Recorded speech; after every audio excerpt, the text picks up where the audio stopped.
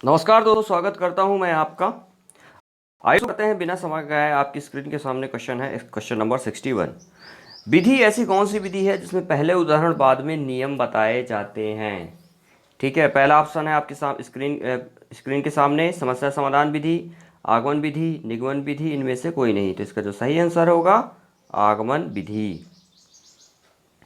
अगला जो क्वेश्चन है, गणित की वह कौन सी विधि है जो करके सीखने के सिद्धांत पर काम करती है, जिसमें छात्र अधिक सक्रिय रहते हैं व जिसके द्वारा नवीन तथ्यों की खोज की जा सकती है? पहला है ऑप्शन है प्रदर्शन विधि, प्रयोगशाला विधि, संश्लेषणात्मक विधि, प्रयोजना विधि। तो इसमें जो सही आंसर होगा वो होगा प्रयोगशाला विधि। नेक्स्ट क्वेश्चन है, निम्न में से कौन सी गणित शिक्षण की एक विशेष योग्यता है?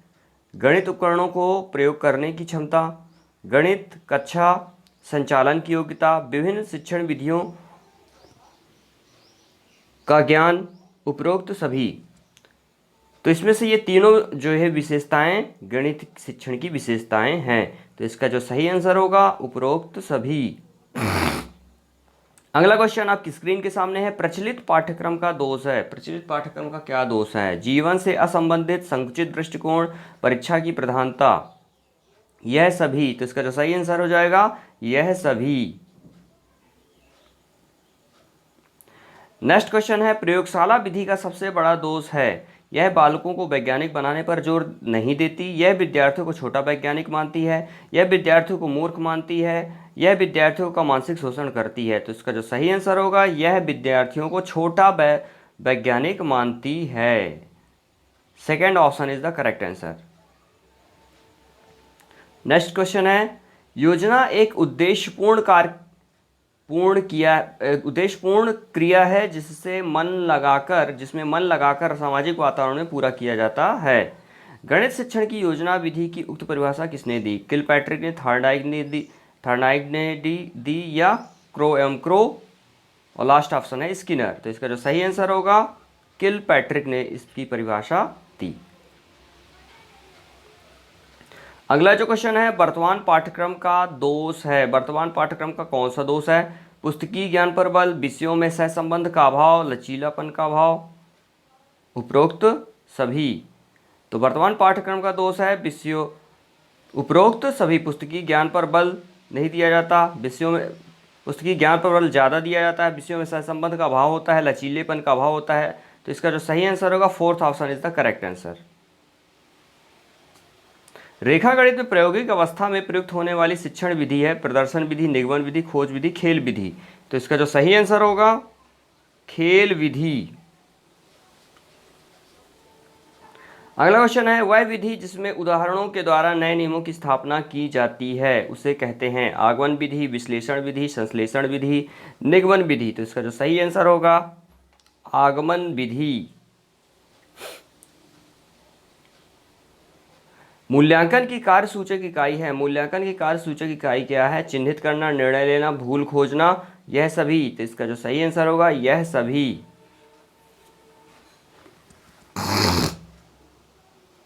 अगला क्वेश्चन है आपकी स्क्रीन के सामने, गणित शिक्षण में छात्र की रुचि पैदा करने के लिए प्रभावी तरीका होगा कमजोर छात्रों के लिए अतिरिक्त कक्षाओं की व्यवस्था करना, समय विभाग चक्र में गणित विषय में अधिक कालांश देना, विद्यालय में अधिक पुस्तकें खरीदना, खेल विधि से शिक्षण करवाना।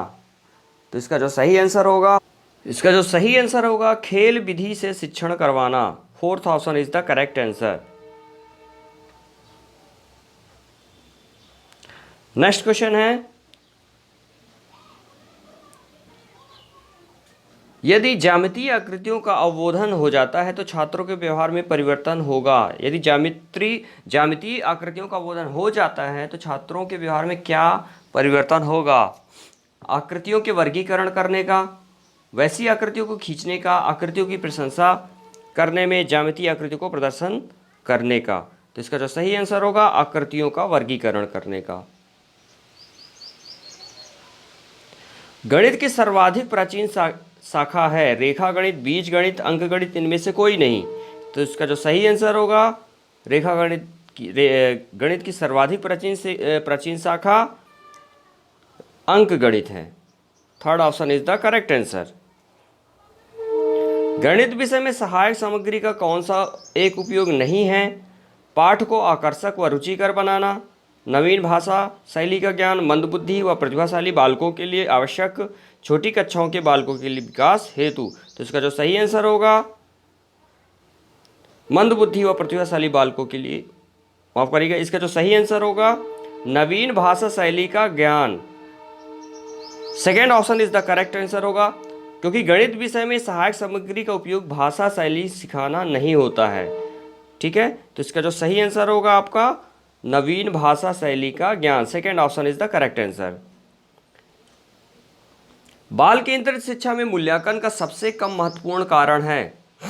बाल केंद्रित शिक्षा में मूल्यांकन का सबसे कम महत्वपूर्ण कारण उन लक्ष्यों की ओर उनकी प्रगति की निगरानी करना, उनके अधिगम और विकास के लिए लक्ष्य निर्धारित करने में छात्रों की सक्रिय भागीदारी, किसी भी अंतराल को संबोधित करने का निर्धारण, मुख्य सामग्री का ज्ञान और कौशल। तो इसका जो सही आंसर होगा मुख्य सामग्री का ज्ञान और कौशल। Fourth option is the correct answer. मानव जाति में अभिवृत्ति किस प्रकार से वितरित है? मानव जाति में अभिवृत्ति किस प्रकार से वितरित है? वितरण सामान्य है, वितरण अस्त व्यस्त है, वितरण विषम है या वितरण विविधतापूर्ण है? वितरण सामान्य है। कोई वस्तु क्या है और हम उसके साथ कैसे व्यवहार करते हैं, इस विषय में उससे जुड़े मानसिक प्रतिरूप या विचार को कहा जाता है निर्माण, नेटवर्क, स्कीमा या संरचना। तो कोई व्यक्ति, कोई वस्तु क्या है और हम उसके साथ कैसे व्यवहार करते हैं, इस विषय में उससे जुड़े मानसिक प्रतिरूप को हम स्कीमा कहते हैं। तो इसका जो सही आंसर होगा third option is the correct answer. 15 बच्चों की कक्षा में जहां आपके पास 15 अलग अलग सीखने की शैली और 15 अलग अलग व्यक्तित्व वाले बच्चे हैं, बाल केंद्रित शिक्षण है। एक शिक्षण प्रणाली के साथ एक पाठ योजना विकसित करना, प्रत्येक बच्चे को देखकर एक पाठ योजना विकसित करती है कि उसकी जरूरत क्या है। कार्य की क्षमता के मध्य को लक्षित करते हुए एक पाठ योजना विकसित करती है और एक पाठ योजना विकसित करती है जो सभी के लिए उपयुक्त है। तो इसका जो सही आंसर होगा बाल केंद्रित शिक्षण प्रत्येक बच्चे को देखकर एक पाठ योजना विकसित करती है कि उसकी ज़रूरत क्या है। तो इसका second option is the correct answer. Next question आपकी स्क्रीन के सामने है। बच्चों के लिए बाल साहित्य उपयोगी है क्योंकि इससे उनका अच्छा मनोरंजन होता है, इसमें आकर्षक सामग्री होती है, यह बच्चों में पढ़ने की रुचि जगाता है, इसमें ज्ञानवर्धक कहानियाँ होती हैं।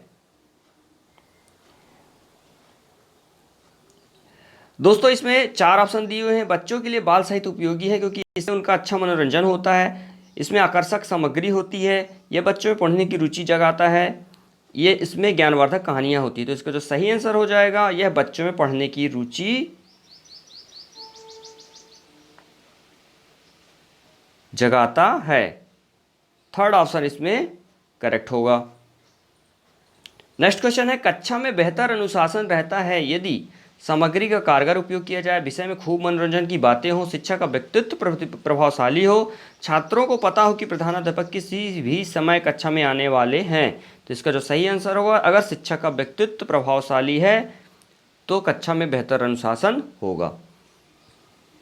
पाठ समाप्त होने के बाद शिक्षक श्यामपट्ट को साफ कर दे, श्यामपट्ट को यूं ही छोड़ दिया जाए, छात्र को श्यामपट्ट साफ करा दिया जाए, उपयुक्त में से कोई नहीं। तो इसका जो सही आंसर है शिक्षक श्यामपट्ट को साफ कर दे स्वयं। नेक्स्ट क्वेश्चन है। मानसिक मंदता से तात्पर्य है औसत से कम मानसिक योग्यता, औसत से ज़्यादा मानसिक योग्यता, उपरोक्त दोनों, उपरोक्त में से कोई नहीं। तो मानसिक मंदता से क्या तात्पर्य है? औसत से कम मानसिक योग्यता। औसत से कम मानसिक योग्यता को मानसिक मंदता कहेंगे। पिछड़े बालकों की विशेषताएं हैं सीखने की धीमी गति, जीवन में निराशा का अनुभव, व्यवहार संबंधी समस्याएं, उपरोक्त सभी। तो इसका जो सही आंसर हो जाएगा उपरोक्त सभी। शारीरिक रूप से विकलांग बालकों की श्रेणी में आते हैं श्रवण विकलांग, दृष्टि विकलांग, अपंग एवं उपरोक्त सभी। तो इसका जो सही आंसर हो जाएगा उपरोक्त सभी। बालक की वाणी असमर्थता या वाणी बाधित मुख्यतः होती है। बालक की आवाज़ का व्यवस्थित न होना, बालक के उच्चारण में अस्पष्टता, बालक के बोलने में धारा प्रवाह का न होना, उपरोक्त सभी। तो इसका जो सही आंसर हो जाएगा उपरोक्त सभी। हस्तशिल्प की शिक्षा दी जानी चाहिए सामान्य बालक को, पिछड़े बालक को, मंदबुद्धि बालक को, प्रखर बुद्धि बालक को। तो इसका जो सही आंसर होगा पिछड़े बालक को। हस्तशिल्प की शिक्षा पिछड़े बालक को दी जानी चाहिए।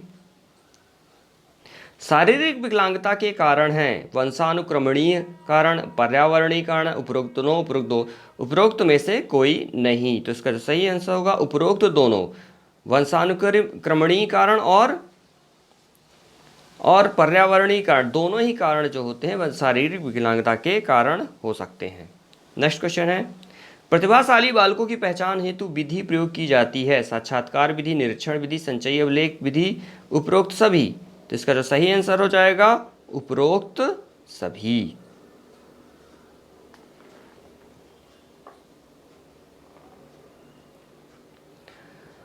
बुद्धि के एकल कारक का सिद्धांत किसने दिया? बुद्धि के एकल कारक का सिद्धांत किसने दिया? थॉर्नडाइक ने दिया, पावलोव ने दिया, अल्फ्रेड बिने ने दिया, फ्रीमैन ने दिया। तो इसका जो सही आंसर हो जाएगा बुद्धि के एकल कारक का सिद्धांत अल्फ्रेड बिने ने दिया। बहुकारक बुद्धि के प्रतिपादक कौन थे? बहुकारक बुद्धि के प्रतिपादक जीन पियाजे, बिने, हावर्ड गार्डनर, इनमें से कोई नहीं। तो इसका जो सही आंसर होगा इनमें से कोई नहीं, क्योंकि इन तीनों मनोवैज्ञानिकों में से किसी ने भी बुद्धि के बहुकारक बुद्धि का प्रतिपादन नहीं किया। बहुकारक बुद्धि का प्रतिपादन हमारे थॉर्नडाइक साहब ने किया था। किसने किया था? थॉर्नडाइक साहब ने। तो दोस्तों ये थे हमारे आज बाल मनोविज्ञान एवं शिक्षा शास्त्र से संबंधित कुछ क्वेश्चन। नेक्स्ट वीडियो में और भी अच्छे क्वेश्चंस आपको लाएंगे जो आपको सफलता में आगे एक कदम और बढ़ाएं। तो दोस्तों अपना ख्याल रखिए, चैनल को सब्सक्राइब करना मत भूलिएगा, लाइक करिए और शेयर करिए। मिलेंगे नेक्स्ट वीडियो में, तब तक अपना ख्याल रखिए। जय हिंद, जय भारत।